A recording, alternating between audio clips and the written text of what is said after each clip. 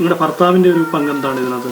അഖിലിൻ്റെ ഭർത്താവിനായിട്ട് ഇങ്ങനെ കാലെ പിടിച്ചെന്ന് മാത്രമേ ഉള്ളൂ, അല്ലാതെ പുള്ളിക്കായിട്ട് അങ്ങനെയൊന്നും അറിയത്തില്ല. ഇവരുടെ മെയിനായിട്ട് അറിയുന്നത് അച്ഛനും അമ്മയ്ക്കും മാത്രമേ ഉള്ളൂ. ആ സമയത്തോടെ ആരൊക്കെ ഉണ്ടായിരുന്നു? ആ സമയത്ത് അച്ഛനുണ്ടായിരുന്നു, അമ്മ ഉണ്ടായിരുന്നു, ചേട്ടനുണ്ടായിരുന്നു, പെങ്ങളുണ്ടായിരുന്നു. വേറെ ഈ ശാരീരികമായി ഉപദ്രവിക്കോ ഈ പൊള്ളിയല്ലാതെ വേറെ എന്തെങ്കിലും അങ്ങനെ ഒന്നും സംഭവിച്ചിട്ടില്ല. അപ്പോഴെ തന്നെ ബീഡി വലിക്കുകയും മദ്യം തരുകയും മാത്രമേ ഉള്ളായിരുന്നു. അത് ഇവരാണ് എന്നോട് പറഞ്ഞത് ഞാൻ മദ്യപിച്ചെന്ന്, അല്ലാതെ എനിക്ക് അറിയത്തില്ലായിരുന്നു അതിനെപ്പറ്റി. അത് കഴിഞ്ഞപ്പോഴാണ് എനിക്ക് വീട്ടിൽ ഇത് സംബന്ധിച്ച് നേരത്തെ ആലോചന നടന്നിരുന്നു. അങ്ങനെ ഭർത്താവിന് അറിയാമോ? ഭർത്താവ് എന്നോട് ഇതിനെപ്പറ്റി ഒന്നും പറഞ്ഞിട്ടില്ല. അഖിലിന് ഇതിനെ അറിയായിരിക്കും, പക്ഷെ എനിക്കറിയാവുന്നത് അവൻ അന്ന് അറിഞ്ഞെന്നാ. പിന്നെ ഇതെങ്ങനെ തുറന്നു പറഞ്ഞ ആൾക്കാരുടെ വീട്ടിലെങ്ങനെ പറയുന്നത്? എൻ്റെ വീട്ടിൽ ഞാൻ പറയുന്നത് എൻ്റെ അമ്മയ്ക്ക് വയ്യെന്ന് പറഞ്ഞ് തിങ്കളാഴ്ച ഫോൺ കോൾ വന്നതാണ്. ഈ തിരുമേനി പറഞ്ഞായിരുന്നു 3 ദിവസത്തിന് ഒരു ഫോൺ കോൾ വരുമെന്ന് തന്നെ. അപ്പം ഞാൻ പേടിച്ചു പോയി, എൻ്റെ അമ്മയ്ക്ക് എന്തെങ്കിലും പറ്റി. ആ സമയത്ത് എൻ്റെ ചേച്ചി എന്നെ രാവിലെ വിളിച്ചായിരുന്നു. രാവിലെ 7 മണിയായപ്പോൾ എൻ്റെ ചേച്ചി വിളിച്ചിട്ട് എന്നോട് പറഞ്ഞു ഈ അമ്മയ്ക്ക് തീരെ വയ്യെന്ന് പറഞ്ഞ് വിളിച്ച്. അപ്പോൾ എനിക്കൊരു പേടി, ഈ പുള്ളി എന്തെങ്കിലും കാണിച്ചിട്ടാണോ ഉണ്ടായിരുന്നു. അപ്പം ഞാൻ ഇവരുടെ അമ്മയോട് ഞാൻ പറഞ്ഞു ആ തിരുമേനി എന്തെങ്കിലും കാണിച്ചിട്ടാണോ എന്ന് ചോദിച്ചു. അപ്പോൾ പുള്ളി പറഞ്ഞ് അല്ലെന്ന് പറഞ്ഞു. പിന്നെ കഴിഞ്ഞപ്പോൾ എനിക്കൊരു പേടി. തിങ്കളാഴ്ച ഞാനും ഇവരുടെ അച്ഛനും അമ്മയൊക്കെ ആയിട്ട് വഴക്കായിരുന്നു. എൻ്റെ അമ്മയ്ക്ക് എന്തെങ്കിലും പറ്റിക്കഴിഞ്ഞാൽ പിന്നെ ഈ പൂജ ചെയ്ത് കഴിഞ്ഞ ശേഷമാണല്ലോ എൻ്റെ വീട്ടിൽ നിന്ന് ഫോൺ കോളും വന്നത്. അപ്പോൾ ഒരു പേടി എന്തായാലും വരുമല്ലോ.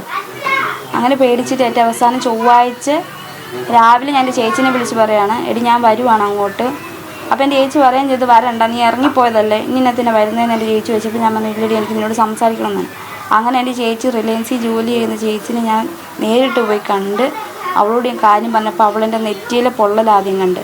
അപ്പോഴത്തേക്കും ഉടനെ അവളെനിക്ക് പൈസ തന്നിട്ട് എന്നോട് പറഞ്ഞു വീട്ടിൽ പൊക്കോ, വീട്ടിൽ ചെന്നിട്ട് അവിടെ പോയി ചെന്ന് കാര്യം പറയാൻ പറഞ്ഞു. അപ്പോൾ വീട്ടുകാരെന്നോട് പറഞ്ഞു നീ എന്നാണ് തിരിച്ച് പൊക്കോ വെച്ച് കഴിഞ്ഞാൽ എനിക്ക് തിരിച്ചു പോയാൽ വീഡിയോ കിട്ടത്തുള്ളൂ.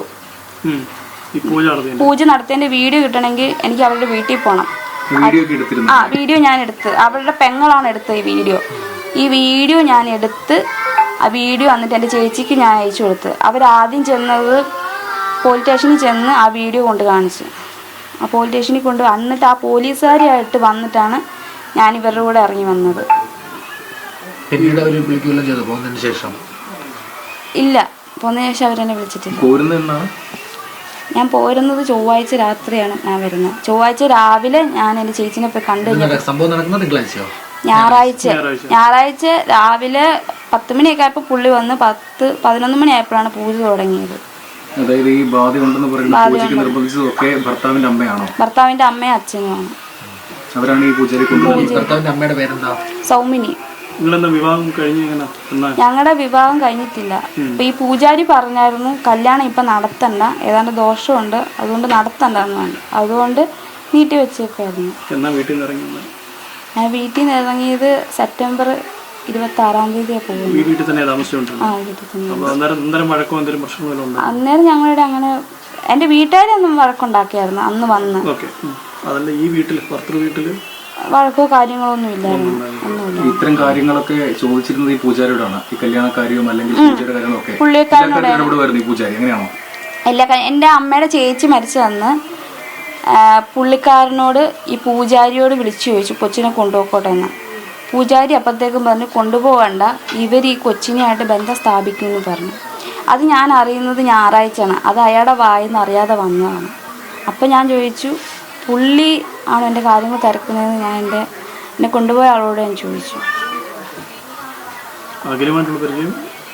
3 മാസമായിട്ടുള്ളൂ. ഇവിടുത്തെ അടുത്ത വർക്ക്ഷോപ്പിലാണ് പണിയുന്നത്. അങ്ങനെയുള്ള പരിചയം മാത്രമേ ഉള്ളൂ.